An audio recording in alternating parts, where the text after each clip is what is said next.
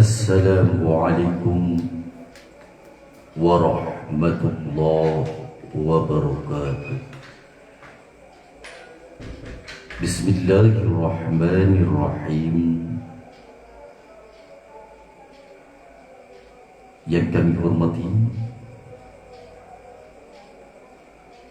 para alim, para ulama, para ustadz, para ustadzah, bapak-bapak, ibu-ibu yang berbahagia. Di kesempatan malam yang berbahagia ini, kami ingin mengupas tuntas sebuah permasalahan tentang masalah taubat ilallah sebagai kewajiban seorang muslim adalah tubu ilallahi jami'an ayyuhal mu'minun la'allakum tuflihun. Kita diperintahkan untuk taubat kepada Allah semuanya bagi orang-orang yang beriman agar kita mendapatkan sebuah kebahagiaan di dunia dan di akhirat.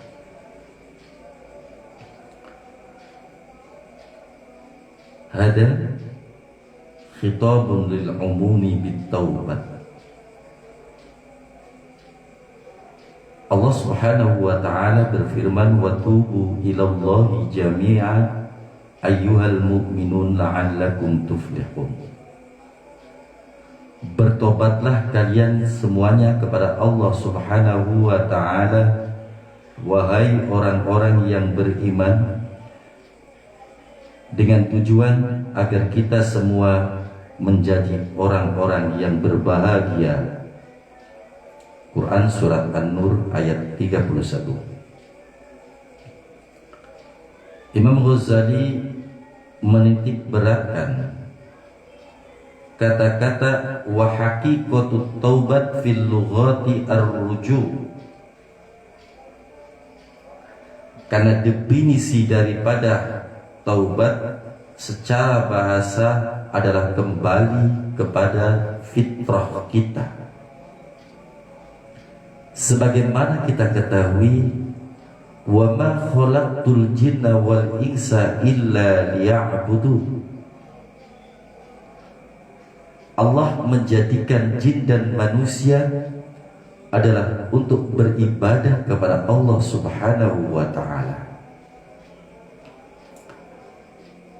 Al-Imam Sayyid Abdullah bin Alwi Al-Haddad dalam sebuah tafsirnya mengatakan kata-kata liya'budun ditafsiri dengan kalimat ay yuqarribuna ilallah,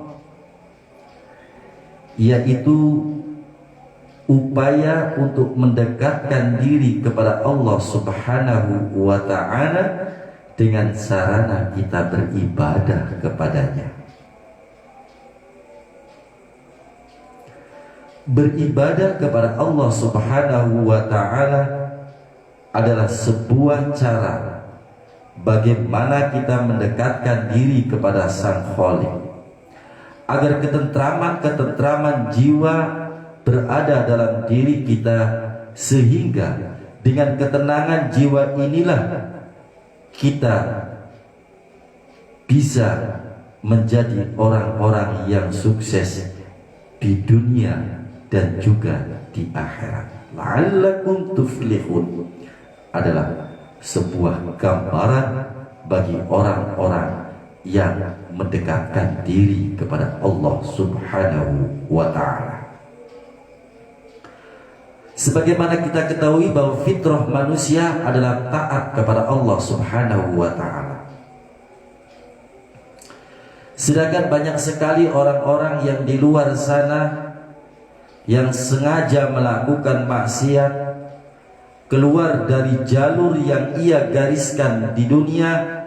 Apa ia yang diciptakan di dunia ini adalah untuk beribadah kepada Allah Subhanahu wa ta'ala, ia sudah jauh dari rel tersebut, sehingga ia telah melakukan sebuah perbuatan yang maksiat, perbuatan yang melanggar ketentuan-ketentuan yang diatur oleh Allah Subhanahu wa ta'ala, agar manusia beribadah kepada Allah Subhanahu wa ta'ala.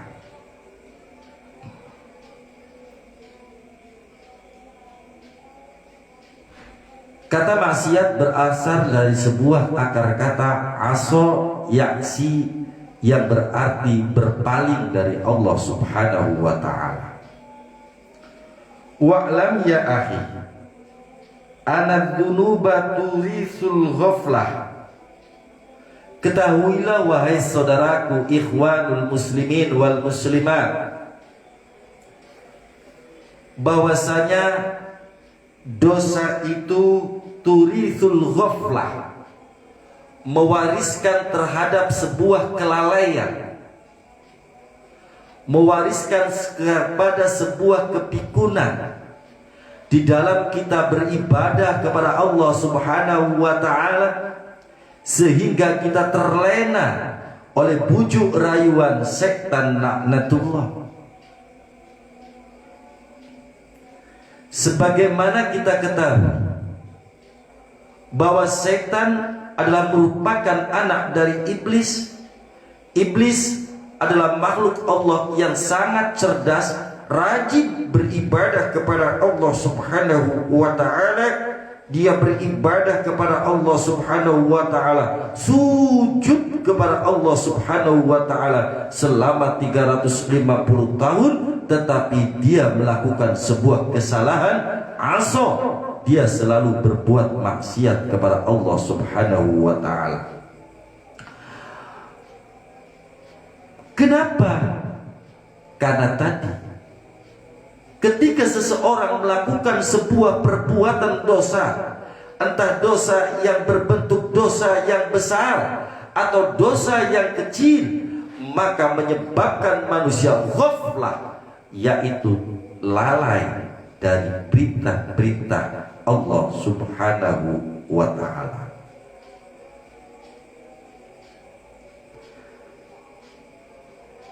Sebagaimana kita ketahui bahwa dosa itu dibagi menjadi dua.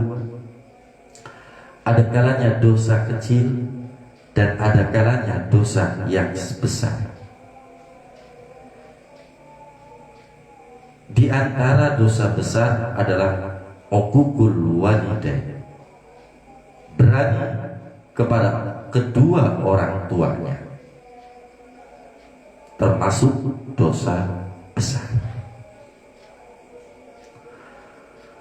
Orang tua yang telah melahirkan kita, hendaknya kita ikraman, hendaknya kita muliakan, hendaknya kita hormati, malah mereka berbuat dosa kepada kedua orang tuanya.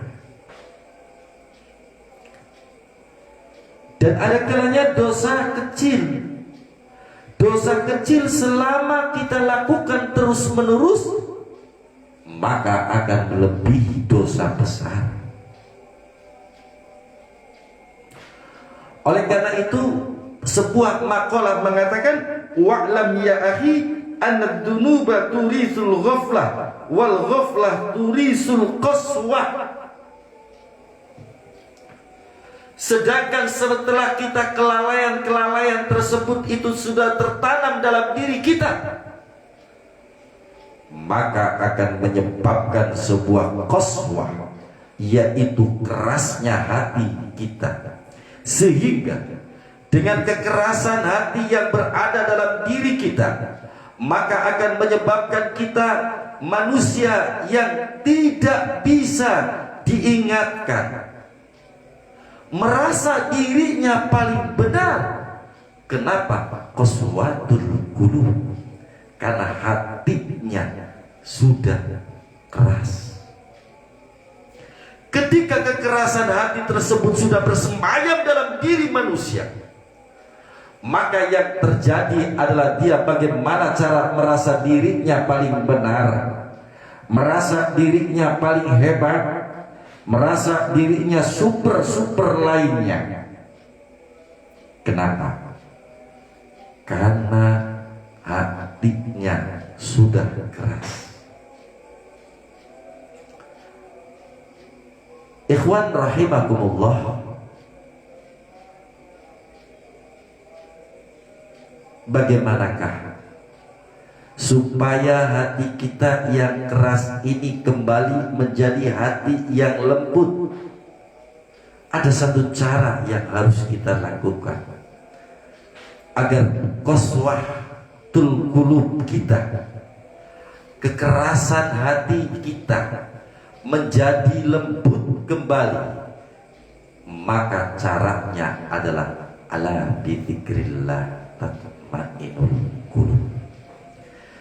Dengan berzikir kepada Allah Subhanahu wa ta'ala, maka ketentraman jiwa akan berada pada diri kita.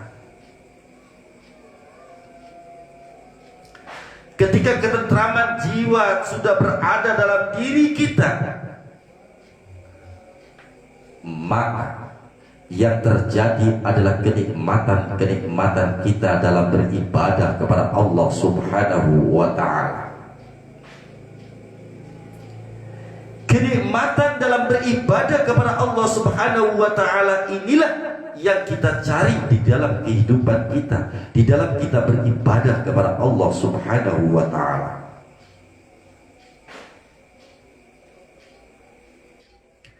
Kenikmatan beribadah kepada Allah Subhanahu wa ta'ala diperoleh dengan ketenangan jiwa yang berada dalam diri kita. Ketika kita sudah merasakan nikmatnya beribadah kepada Allah Subhanahu wa ta'ala,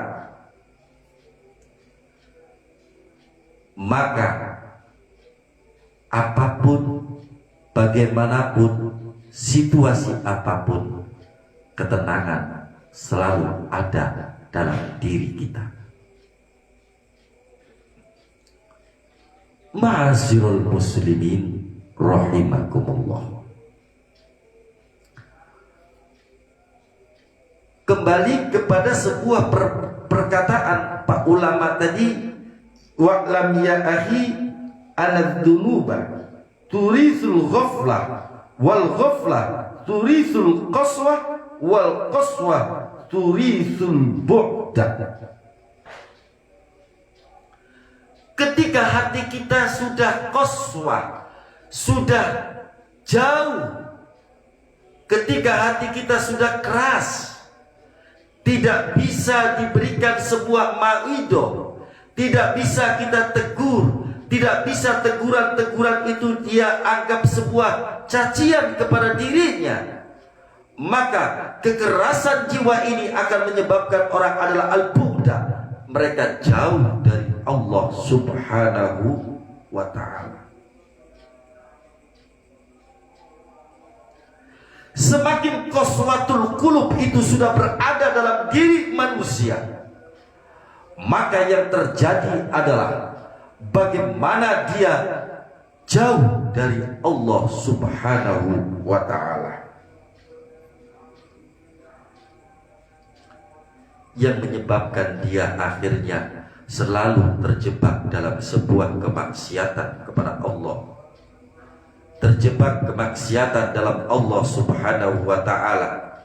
Semakin ia terlena dengan keduniaan yang akhirnya menjebak dia terhadap sebuah perbuatan dosa yang ia tumpuk, yang ia selalu tumpuk di dalam melaksanakan perbuatan dosa tersebut, sehingga jauh dari Allah Subhanahu wa ta'ala, sehingga cahaya keimanan perlahan demi perlahan hilang dalam dirinya. Padahal orang hidup di alam dunia, manusia diciptakan oleh Allah Subhanahu wa ta'ala adalah dengan cahaya keimanan kepada Allah Subhanahu wa ta'ala. Keimanan kepada Allah Subhanahu wa ta'ala akan luntur manakala kita selalu berbuat maksiat kepada Allah Subhanahu wa ta'ala. Wal bu'du minallahi turisun nar. Ketika kita semakin jauh kepada Allah Subhanahu wa ta'ala, maka menyebabkan kita akan sebuah balasan Allah kelak di yaumil qiyamah Allah akan memberikan sebuah balasan kepada kita, yaitu siksa api neraka.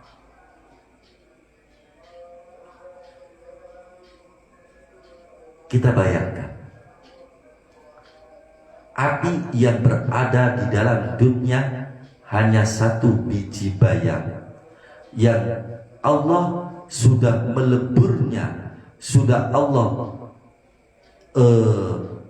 kumkum di dalam bengawan di surganya Allah selama 300 tahun, baru diturunkan ke dalam dunia. Itu pun berapa persen?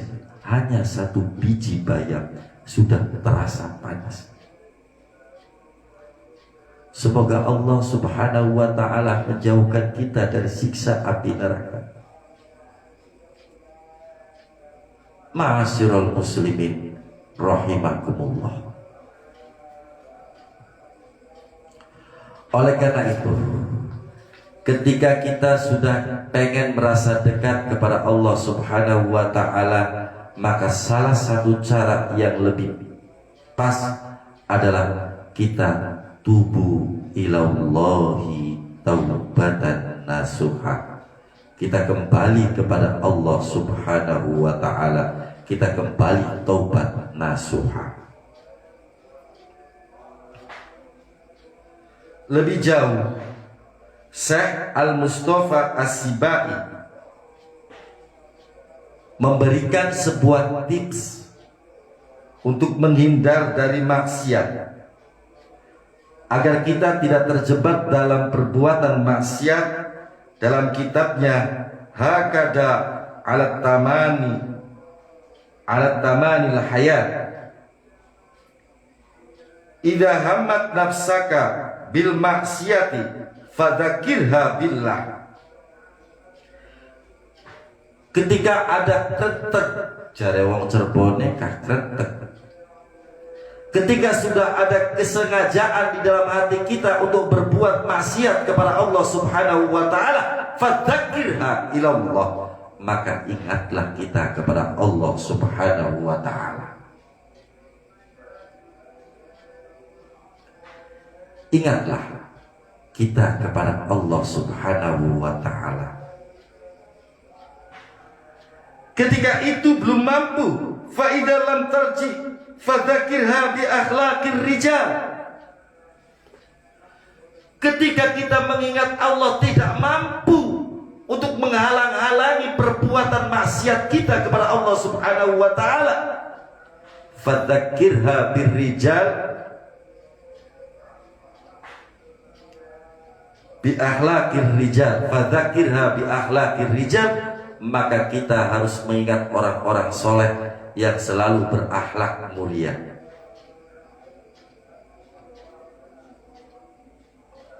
Fa idza lam tarji fadzakirha bil fadahiyati idza alima biha nas.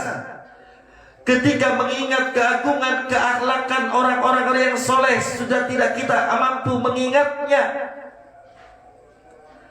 Ketika orang-orang soleh sudah jauh dari diri kita. Makanya ada sebuah hadis yang mengatakan,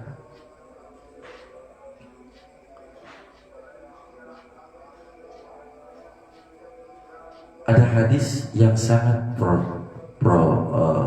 populer di kalangan kita.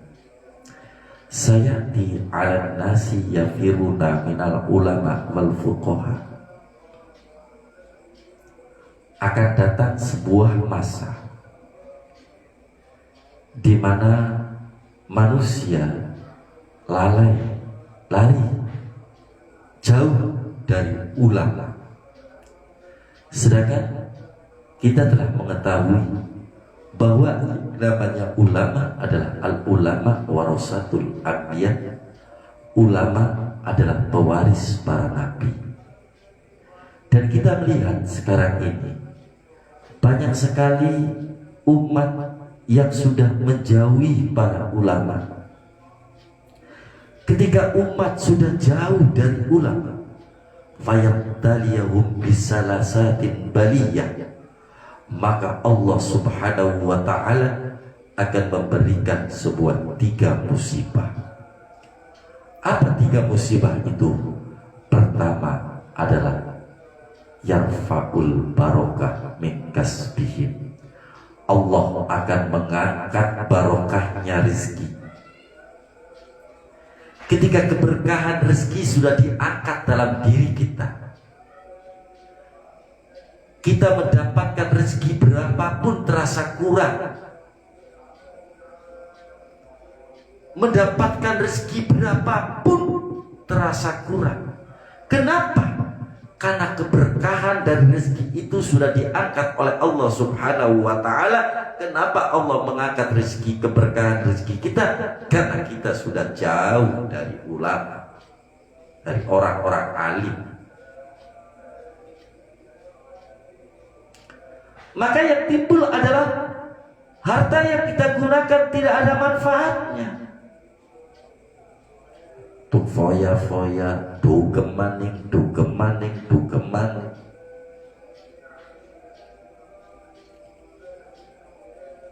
Oleh karena itu, agar keberkahan rezeki kita selalu ada dalam diri kita, Allah kasih berapapun rezeki kepada kita, kita bersyukur kepada Allah Subhanahu wa ta'ala.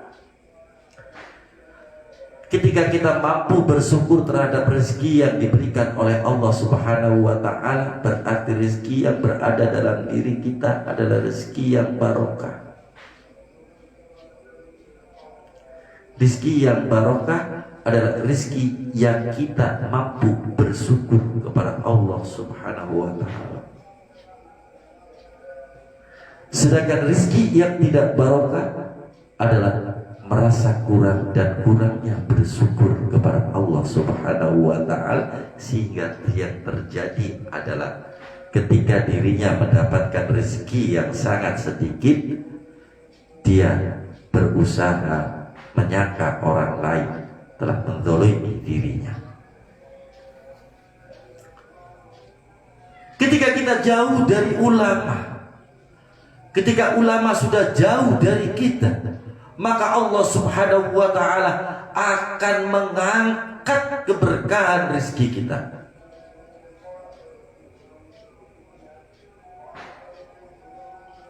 Sehingga yang terjadi adalah kita kurang bersyukur terhadap apapun yang diberikan oleh Allah Subhanahu wa ta'ala kepada kita.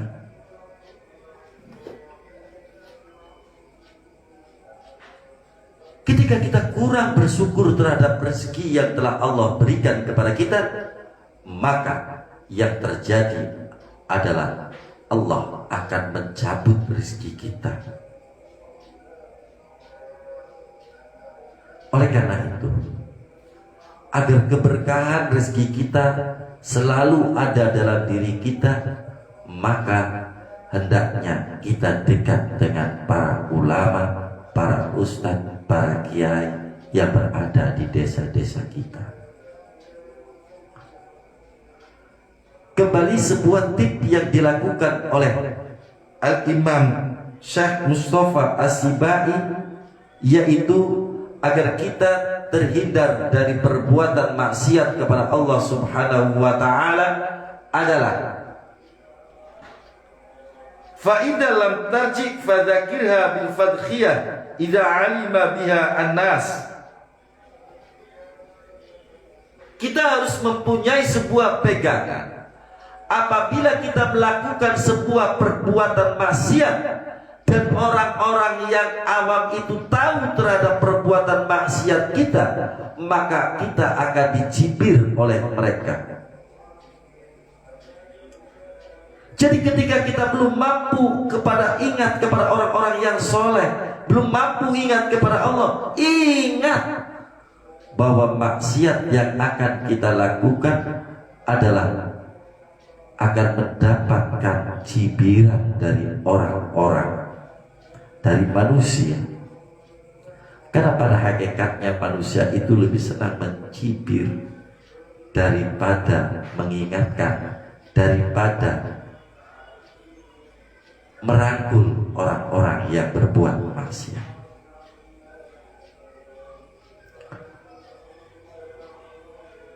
Ada seorang alim pada waktu zaman dahulu kala.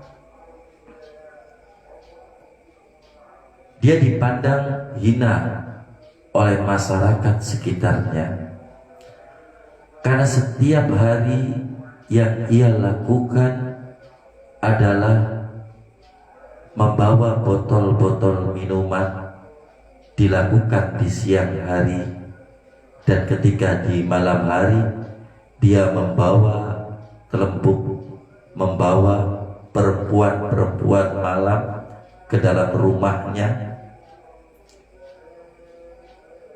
sehingga masyarakat sekitar mencap bahwa apa yang dia lakukan itu adalah sebuah perbuatan maksiat. Padahal apa yang ia lakukan itu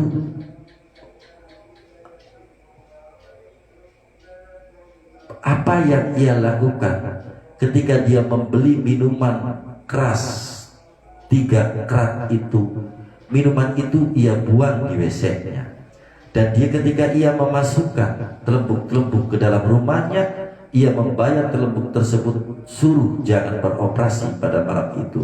Itulah perbuatan-perbuatan yang mulia yang kita nggak bisa untuk melakukannya.